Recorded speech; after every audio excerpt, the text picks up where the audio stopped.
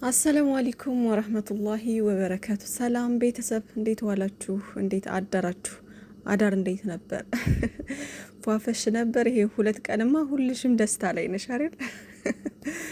እና ያው የጨረቃዎች ሁኔታ ያሉበት ሁኔታ ደስ ስለሚል የነገን ደግሞ ፈጣሪ ያውቃል። እና በጣም ደስ ብሎኛል። እኔም በጣም በጣም በጣም ከምላችሁ በላይ ማለት ነው። በጣም ነው ደስ ያለኝ። እና ሰላማቸውን ያብዛልን፣ መጨረሻቸውን አላህ ያሳምረልን ውዶቼ። ፍጹም እንግዲህ የትም መሄድ የለም ብሎ መልእክት አስቀምጧልሽ ለሀይሚዬና አዎ የትም መሄድ የለም ከዚህ በኋላማ በቃ የትም ንቅንቅ የለም። እና ሀይሚዬ ዛሬ ሪፖስት ያደረገችውን አይቼ በሳቅ ፍርፍር ነው ያልኩት። እና ምንድነው የሚለው መሰላችሁ?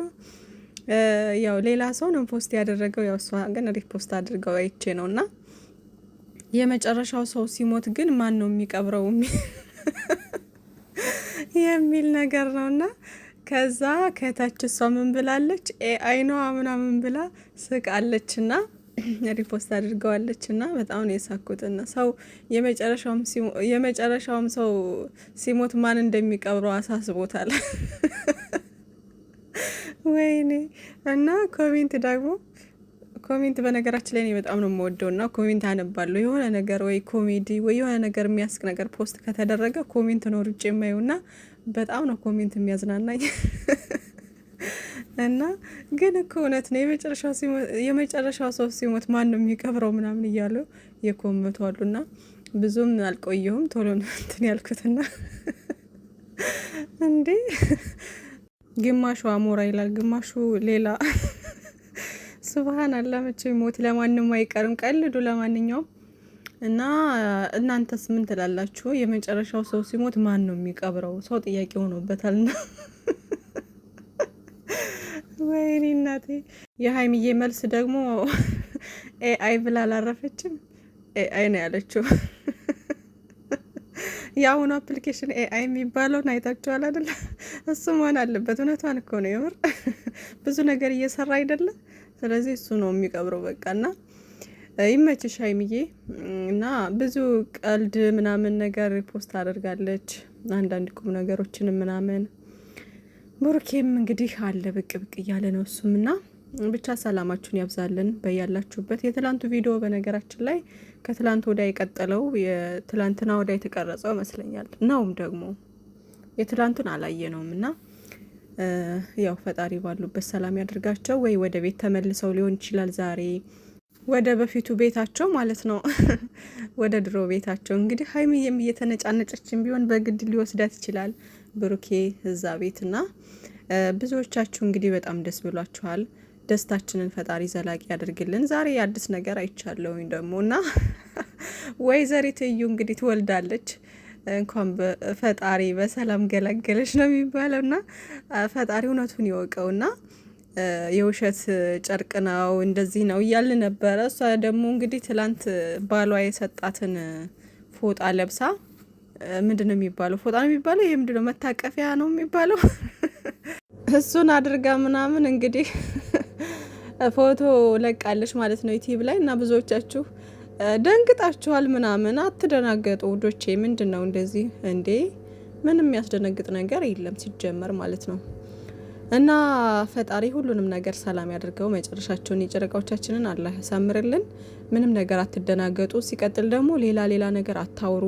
በቃ ምንም ማውራት አያስፈልግም። እንግዲህ መቼ ነው የምትወልደው? 10 ወር ሆናት እኮ እንደዚህ ምናምን እያልን ነበረ።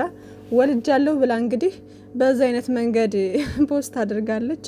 እውነት ይሁን ውሸት ይሁን እንግዲህ አላህ ይወቀው፣ አላሁ አለም። እና ያው ብዙ ሰው ይሄ እርግዝና አይደለም ምናምን። ትናንት አሁን የሆነ እንዴት ነው ቲክታክ ላይ ነው ፎቶዋን ያየሁትና ሆዷ የሆነ እንትን ብሎ ነበረ። በቃ ወደታች ውርድ ብሎ አይነት ነገር የለም እንትኑን የጠበቅ አልነበረም። እና ምንድን ነው ይሄ እርግዝና፣ የዚች ልጅ እርግዝና ምናምን እያልኩ በቃ ግራ ይገባኛል። እና ብዙ ጊዜ ጥያቄ የሚፈጥርባችሁ ነገር ሰውም ደግሞ ውሸት ነው ምናምን እያለ ያለው የሆዷ ሁኔታ በቃ ብዙ አይነት ነው የሚሆኑ፣ ይቀያየራል ምናምን ነገር። አንዴ ትንሽ ይሆናል፣ አንዴ ትልቅ ይሆናል፣ ከዛ ደግሞ ይወርዳል፣ ሲፈልግ ደግሞ ላይ ትሰቅለዋለች ምናምን እና እንደዛ ስለሆነ ነው። እና አሁን ደግሞ ወልጃለሁ ብላ እንግዲህ ፖስት አድርጋለች። ፈጣሪ እውነቱን ይወቀው እንግዲህ ምንም ማድረግ አይቻልም። ለማንኛውም ግን ምንም ነገር አታስቡ፣ አትጨነቁ ውዶቼ። አላህ ሁሉንም ነገር ከይር ያደርገዋል። ይሄ ድራማ ነው እንጂ ምንም አይነት እውነት የለም። ሲጀምር በእዩ ጉዳይ እኔ ምንም አይነት እውነት የለም የምነግራችሁ ነገር ማለት ነው። ምንም እውነት እንደዚህ አይነት እውነት እንደዚህ ሚዲያ ላይ በዚህ ልክ ራሷን አውርዳ ምናምን ከሌ እንደዚህ ነው ከሌ አባቱ ነው እንደዚህ ነው ከእንትና ከቢኒ ጋር እንኳን እየተጓተተች ስንት ጊዜ በዚህ አይነት መንገድ ሰራች። ስራ ቢሆን እንጂ ማለት ነው እንደዚህ ራሷን ማዋረድ ሱብሃን አላህ። ግን ሴት እንጃ አላቅም። በዚህ ይሄን ነገር ለምን አይዲያ መርጣ እንደዚህ ሴትነቷን ዝቅ አድርጋ እንደምትሰራ አላቅም። ማለት አሁን ቢኒ እኮ የኔ ነው ልጁ እያለ እስከዚህ ድረስ ስጦታ እየገዛ ምናምን እየመጣ እንደዚህ የሚዳረቃት ራሱ እኮ ይሄ ሌላ እኮ ውርደት ነው እኮ ሌላ ውርደት ማለት ነው። ይሄ ልጅ አብሯት ባይተኛ የኔ ልጅ ነው እያለ መቼም አይመጣም አይደለ? አብሮ መተኛቱን እርግጠኛ ስለሆነ ነው። እና ፌር አይደለም ይሄ ሴትነትን ማዋረድ በዚህ ልክ። እኔ እንጃ አላቅም ለስራው ለምን እንደመረጠችው ይሄን አይዲያ አላቅም። ብቻ ግን እንደዚህ አይደረግም። የምሬ ነው አይደረግም እንደዚህ ምኑ እንዳስደሰታት ሁሉ። ከዛ በመቀጠል ደግሞ ነግሬያችኋለሁ አይደለ? ስራ ስለሆነ ሁል ጊዜ ቢኒ ጋር እየመጣሽ እየተገናኘች ትበሳጭበታለች ምናምን፣ ግን እየመጣሽ ትሰራለች ከሱ ጋር። ገባችሁ? ያ ምንድነው ስራ ስለሆነ ነው እንጂ እንዴት ነው አባቱ ያልሆነ ልጅ አባቱ ነኝ እኔ እያለ እየመጣ 30 ጊዜ ከኔ ጋር እንትን እንዲል አልፈልግም። ገባችሁ?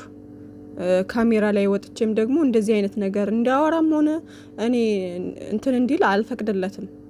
እና እሷ ግን ስራ ስለሆነ ነው እንደዛ ዝም ያለችውም ራሷን እንትን ብላ እንደዛ እየሰራች ያለችው ምናምን ስራ ስለሆነ ነው ውዶቼ። እና ምንም ነገር አትጨነቁ፣ አታስቡ። ምንም ነገር የለም። ብሩክ አለማየሁ ሲጀመር ሌላ ነገር በፍጹም አያደርግም።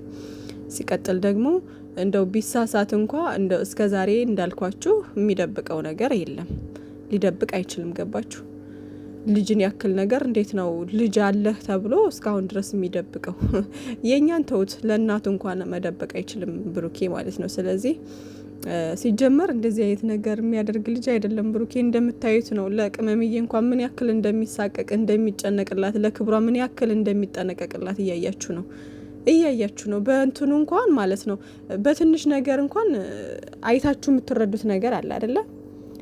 ስለዚህ እንደው የሆነ ነገር አድርገው ነው እንጂ የሚሆነው ምናምን እያላችሁ የሆነ አንዳንድ ሰዎችም እንትን የምታስቡ አላችሁ። ገባችሁ? የሆነ ነገር መድኃኒት አድርጋ ወይ የሆነ ነገር አድርገው ከሆነስ ምናምን ብላችሁ የምታስቡ አላችሁ። ያ ከሆነ ደግሞ እንዴት ነው በዛ አይነት መንገድ ሊሆን የሚችለው? ማለት እንዴት ነው አለ አይደለ?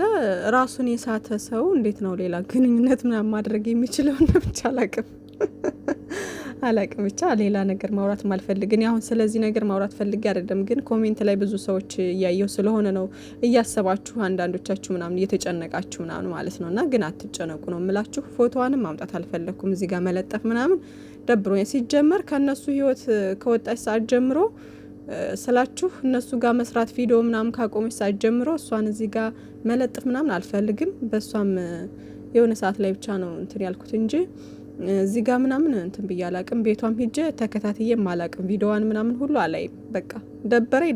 በቃ ከነሱ እንትን ራቀች፣ ታውኩኝ እኔም ማለት ነው። ስለዚህ ስለምንም ነገር አትጨነቁ፣ አታስቡ።